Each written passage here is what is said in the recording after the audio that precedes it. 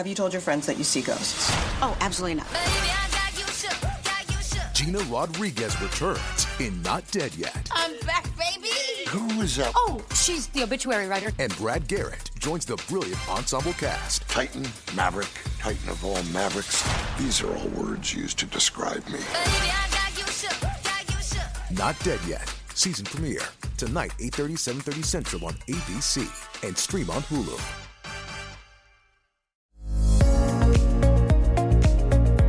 It's the Happy Families Podcast. It's the podcast for the time-poor parent who just wants answers now. Today's podcast is all about how we can help our kids have a great summer.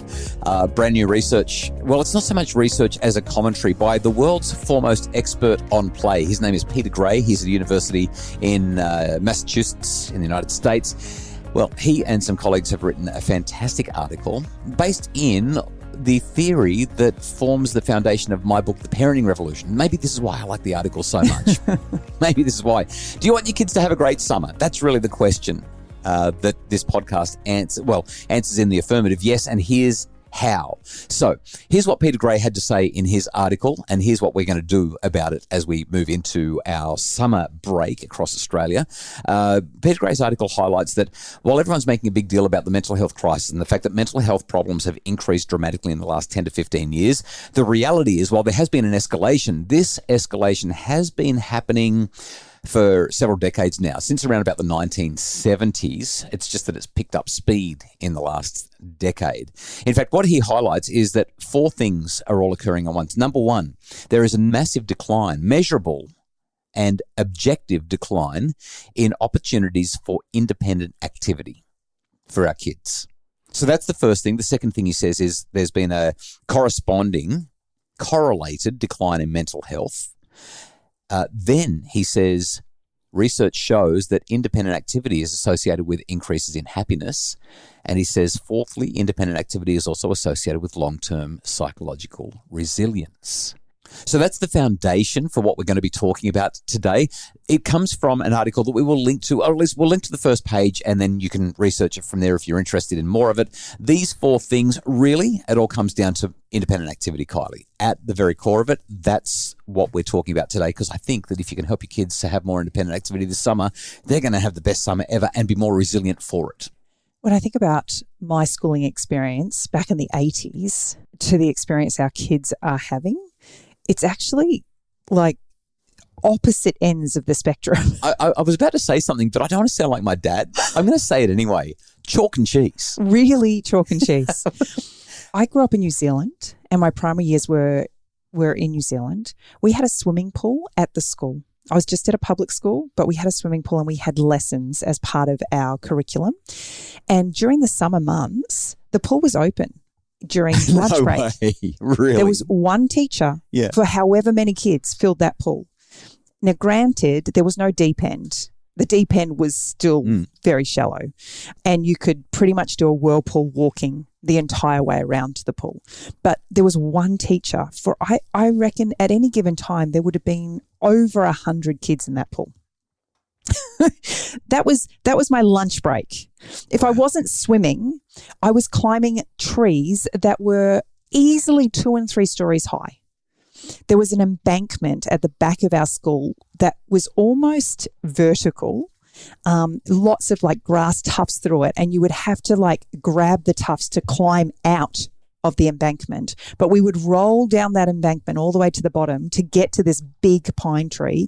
And then we would spend our lunch breaks climbing up and creating bedrooms within each of the branches. It's like the magic faraway tree. It was, and it was amazing. And then if we weren't doing that, we had a playground on stilts. I don't think I've ever seen one ever since. But it was a massive platform and the stilts were higher than us because we could run under those without having to duck. It was like going to the beach where you've got the piers and you could kind of run through all of the piers. And we used to play catch and kiss, maybe. We used to play catch and kiss underneath there. Wow. And hide behind all the pylons. I just had so much fun. But I was thinking about that from the point of view that the platform where the actual climbing equipment was higher than me as a kid. There was no fence on that at all. And we could jump off that onto the grass, which obviously happened all the time. We had monkey bars, for goodness sakes, and monkey bars that were really tall, like majorly tall. We had tennis courts, and we actually had a teacher who broke his ankle because he tried to jump over the nets and got in lots and lots of trouble. But I bet they didn't close the tennis court. no. Those tennis courts were open all the time. So I guess this is kind of the point. Peter Gray and his colleagues in this article have said that there's been a decline in opportunities for independent activity. I'm listening to what you're saying. You're saying it like you're incredulous because in 2023, 2024, how much does that sort of stuff happen? Well, we had a conversation with your niece just recently. She's about to go into high school and she tried yes, I remember this. a new school for half the day. I think that I want to go further. You are going to be much more polite than me, but I'm going to say, so she lives in northern New South Wales. I won't say the school, but she just goes to a public school in northern New South Wales. And I can't believe the restrictions that the particular school staff in this school place on these kids. So they're not allowed to play dodgeball. They have to play silent ball. So they're allowed to throw the ball at each other, but they're not allowed to make noise. It has to be silent ball. When it comes to awards ceremonies, we're clapping with two fingers, so there's no noise, and we're not allowed to get too excited or show big emotion as we celebrate our friends. But do you know what the thing that stood out to her at the new school was? It was that she could run and do a handstand. Well, she was excited about that. That should just be par for the course for a kid to be allowed to move their body in those ways without any restriction whatsoever. Yeah, so she's leaving the primary school and moving into a private school where she's actually allowed to do a whole lot more. It's amazing that totally. These things are even considerations in today's, with all of the knowledge and research that we have about how important moving our bodies is for our kids and the major decline that we're experiencing in mental health. This is just a no-brainer. Well, we need to talk about solutions, but there's a couple of things that you haven't mentioned that I think are worth just raising. I don't want to make it sound like we're pushing to go back to the bad old days because there's plenty of things that were happening back in those days that weren't great either. But the one thing that was happening that was great is that kids were allowed to have independent activity. So I think there's probably a lot more bones broken back then as well.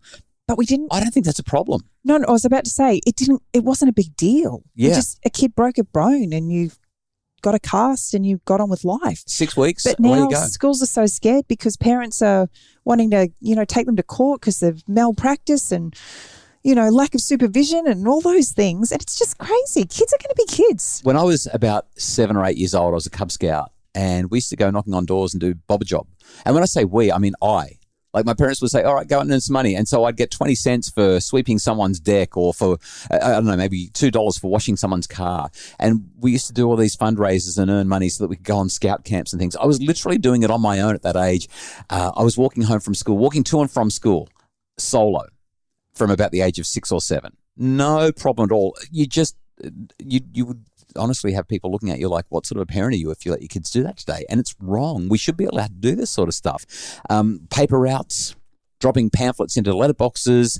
The degree of risk was so much higher. As a kid who was like 8 or 9 years old, I would get home from school. I was a latchkey kid, and I'd just jump on my bike and meet my best mate Andy Lucas, and we'd go down to the park, and we would literally ride around for hours after school, just so long as we got home before my mum. That was pretty much all we had to do. So I had a handful of kids who lived in the next street. So on a good day, I could actually just walk to the back of my property and pretty much slide down the embankment to my friend's house. But on a bad day, when it had been raining lots, and in New Zealand it rained lots, it was too slippery and it was actually quite dangerous. So I would have to go the roadway down. But there was 4 or 5 houses and I'd say goodbye to my mum and I'd go down and she wouldn't have a clue whose house I was at until it was time to go home. Yeah, and I don't think that's negligent parenting. It's just it's allowing the kids the opportunity to have some independence. These days we're tracking our kids and all sort of thing. Look, I mean, I know this is kind of a trip down memory lane and some people might disagree really strongly here.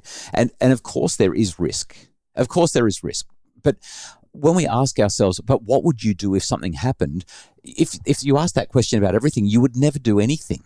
You would literally never do anything. What we need to do is teach our kids how to make safe, healthy decisions and let them go and play and explore. I mean, I was catching the bus to the beach, sort of 8-10 k's to the beach from about the age of 12 or 13 so I could go surfing with my mates. And They're some of the best memories of my life. Jumping over rocks and getting in trouble. Well, anyway, we won't talk about how I got in trouble, but it was just so great. This idea of pre-arming our kids, we had a family get together a few weekends ago, and this is family, but I still had the conversation with our 9-year-old about not going into other people's bedrooms. And she looked at me and kind of was like, but I'm playing with my cousins. And I said, as long as you're with your cousins, you're able to go into bedrooms, but I don't want you ever going into a bedroom with just an adult on your own, unless it's mummy and daddy. And she kind of looked at me and she said, oh no, that's fine. I'm always with my cousins. Yeah. But I wanted to have that conversation with her because it's setting up a precedent and just acknowledging to her that this is something we're doing to safeguard you. So we want kids to be safe, but we also want them to get out there. Whether it was walking to school or maybe babysitting from about the age of 11 or 12, or it's about risk and risk assessment. If kids can't learn how to assess risks when they're little, they're going to struggle with the big risks as they get older. I think that's a reasonable thing to assume. So for this summer, our tips are really, really simple. Give your kids as much age-appropriate opportunity for independent activity as you can. Help them to build relationships that are trusting. Let them get out into the neighborhood, go down to the park, spend time at the beach. Let them have fun. Check in whatever ways you need to so that your anxiety levels don't go through the roof, but try to do it in a really relaxed, not over-the-top helicopter kind of way. Let them feel competent and capable. Give them a sense of autonomy. I know with our kids, they love getting on the bike. And a couple of weeks ago, one of our kids rode 15, 20 Ks from home. She's 13 years old, and she went a long way from home. And when she got back, we weren't cranky at her. We were stoked for it. We're like, that is so awesome. We're so thrilled for you. And the sense of accomplishment that she felt for doing it was just great. If you want to have healthy kids, they need to be playing. They need to be taking risks. They need to be involved in independent play. I think we've gone down the annals of history enough. I think that we've shared our experiences to highlight that you can you can live that kind of life and be well balanced. Our encouragement for this summer is to let the kids have those same awesome experiences. As nice as it is to know that your kids are in the safety of your lounge room, staring at a screen. No, that's not nice really, but I know what you mean. There is something comforting about knowing that your kids are right there. You know where they are, you know who they're with, and you know what they're doing. Yeah. It's such a second best to the opportunities that are available to them at any given moment. And the more we can encourage them to get outside and to actually start to explore where their boundaries are and what they're capable of and not capable of, I think the happier our kids are going to be this summer. They really are. Getting outside is just, it's a lifeline. I feel like I had a pretty idyllic childhood, and I think it was primarily because I was never at home.